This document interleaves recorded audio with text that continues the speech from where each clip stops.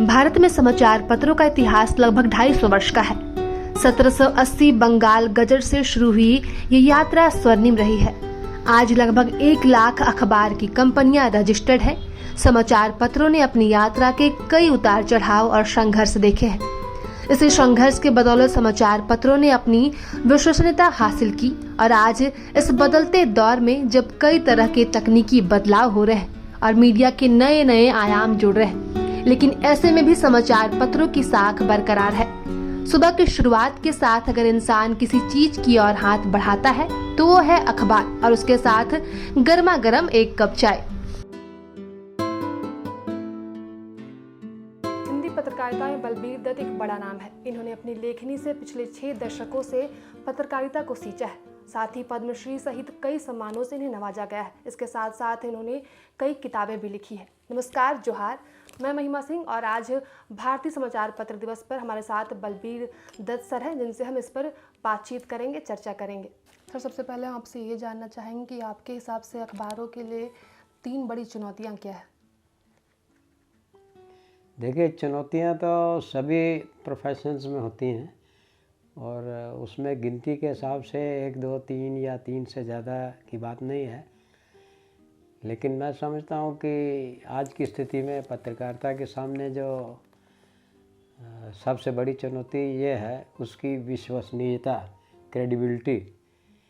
क्योंकि हाल के वर्षों में ये देखा गया है कि समाचार पत्रों में जो समाचार छपते हैं कभी कभी उनको बहुत गंभीरता से नहीं लिया जाता है और बिना पूरी तसल्ली किए प्रकाशित कर दिया जाता है या प्रसारित कर दिया जाता है। ख़ास तौर से ये शिकायत जो है ये टेलीविज़न पर, इलेक्ट्रॉनिक मीडिया के बारे में ज़्यादा है, ख़ास तौर से प्राइवेट चैनल्स जो हैं। और फिर जो है डिजिटल या सोशल मीडिया जो है उसको लेके भी शिकायतें हैं। सोशल मीडिया को लेके तो ज़्यादा इसलिए हैं कि उसमें कोई एडिटर की तरह तो कोई रहता नहीं है। आम तौर पर क्या होता है, जो पहले जो सिस्टम था कि कोई भी समाचार जब दिया जाता है तो रिपोर्टर समाचार देता है डेस्क पर, तो उसको डेस्क का जो इंचार्ज है वो देखता है, फिर न्यूज़ एडिटर देखता है, उसके बाद फिर ऊपर लेवल पर भी एक बार देखा जाता है।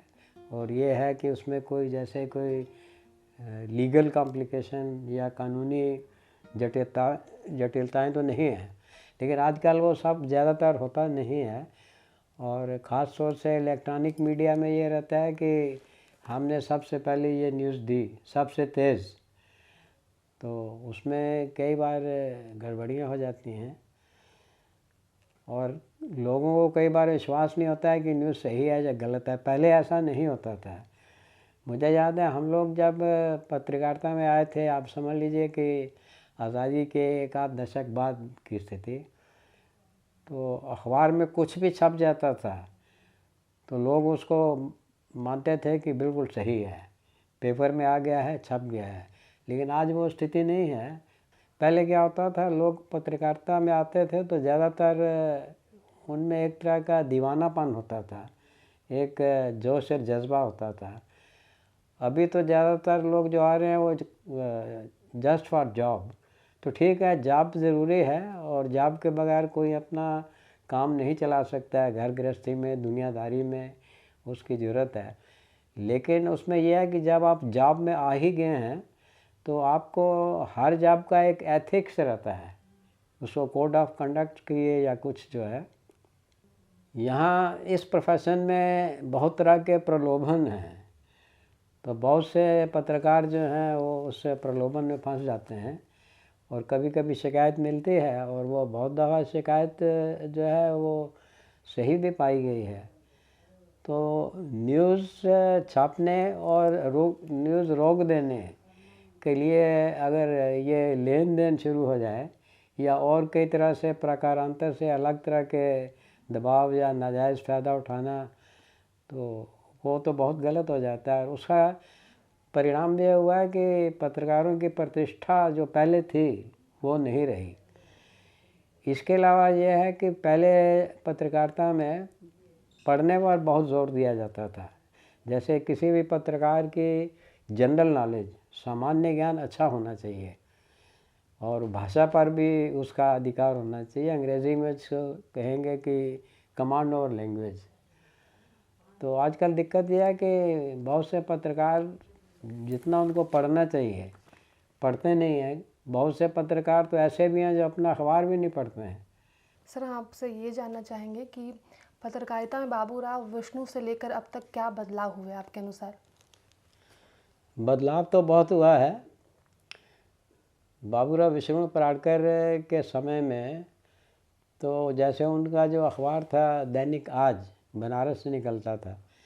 हालांकि देश की राजधानी तो बरसों से दिल्ली ही रही है और बनारस उत्तर प्रदेश का एक बहुत बड़ा शहर रहा है, लेकिन राजधानी तो इलाहाबाद या लखनऊ रही। लेकिन फिर भी बनारस से निकलने वाला दैनिक आज जो था उसको हिंदी जगत में एक तरह से उत्तर भारत में राष्ट्रीय स्तर का अखबार माना जाता था।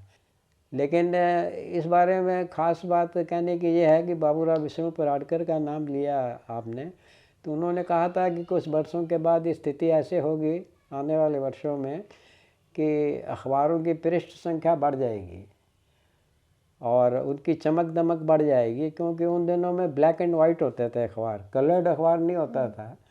कोई भी अखबार सब ब्लैक एंड वाइट, पेज भी कम होते थे। तो पृष्ठ संख्या बढ़ जाएगी, चमक दमक बढ़ जाएगी और देखने में हाथ में आने पर बहुत अच्छे लगेंगे, लेकिन अखबारों की आत्मा नहीं रहेगी। अखबारों की आत्मा नहीं रहेगी तो उसका आप अर्थ समझ सकती हैं। सर, हमें आप ये थोड़ा बताइए कि डिजिटल पत्रकारिता को आप कैसे देखते हैं? डिजिटल पत्रकारिता तो अब नई चीज़ है एक, उसके प्लस पॉइंट भी हैं और माइनस पॉइंट भी हैं। अब ये है कि वो बहुत जल्दी लोगों को पता लग जाता है और बहुत लोगों को, जैसे आप न्यूज़पेपर है तो न्यूज़पेपर तो जो उसकी जो फिज़िकल कापी है, तो फिज़िकल कापी तो किसी के हाथ में आने में बहुत टाइम लगता है। अभी आप आज के समाचार जो है आप कल का अखबार तो पढ़ेंगे, लेकिन बहुत कुछ आपको आज पता लग चुका रहता है। तो डिजिटल जो है बहुत तेज़ है, बहुत जल्दी से मिल जाते हैं समाचार और उसमें बहुत से समाचार जो रोक दिए जाते हैं कई बार। तो इसमें वो जो सोशल मीडिया जो है वो तो उसको रोकने की ज़रूरत नहीं है, वो उसको प्रसारित कर देता है। और कई समाचार जो है लोगों को सोशल मीडिया से ही पता लगते हैं। खुद print media, electronic media, TV channel वगैरह भी सोशल मीडिया पर निगाह रखते हैं। लेकिन इसका माइनस पॉइंट ये है कि अगर वो जिम्मेदारी नहीं निभाई जाए ठीक से तो उससे समाज को बहुत नुकसान भी हो सकता है और हुआ भी है। सोशल मीडिया का ये फ़ायदा है कि हर आदमी एक माना जाएगा कि ये भी एक रिपोर्टर है, लेकिन यह है कि वो रिस्पॉन्सिबिलिटी का ध्यान नहीं रखा जाए तो उससे फिर बहुत नुकसान भी होता है। सर, जैसा हमने बात किया डिजिटल मीडिया के बारे में, तो आज के जो युवा हैं वो ज़्यादातर डिजिटल मीडिया या इलेक्ट्रॉनिक मीडिया में जाना पसंद करते हैं, अखबार की ओर कम जाते हैं। तो इससे जुड़ी 3 बड़ी बातें और उन्हें अखबार की ओर भी ध्यान देना चाहिए, इसके लिए 2-3 बातें आप हमें बताएं।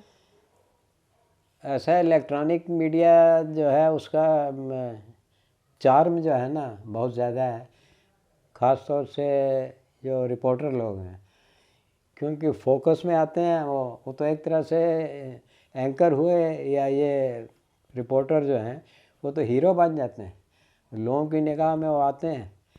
और लेकिन उसके पीछे जो बैकग्राउंड में जो लोग रहते हैं डेस्क पर, जो सब हेडलाइन बनाते हैं और जो निर्णय करते हैं क्या पूछना है, क्या करना है, क्या नहीं, उनको तो कोई ध्यान देता नहीं है। तो इसमें जब पब्लिसिटी में आते हैं, ग्लेरिंग पब्लिसिटी, उस कारण उनको उसमें शौक है। ठीक है, इसमें थोड़ा एडवेंचरिज्म जो है वो ज़्यादा है प्रिंट मीडिया के मुकाबले में।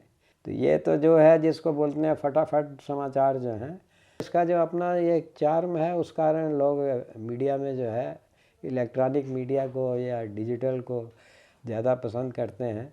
और इसमें यह है कि बहुत लोग जो जैसे अखबार है तो उसको पढ़ना पड़ता है, और ये जो है इसमें तो जो आदमी ज़्यादा पढ़ा लिखा नहीं भी है, अधपढ़ है या अनपढ़ भी है, तो वो भी इसके प्रभाव क्षेत्र में आ जाता है। लेकिन मैं समझता हूँ कि प्रिंट मीडिया का महत्व जो है वो बना रहेगा। प्रभातखबर.com, विश्वास वही, रफ्तार नहीं।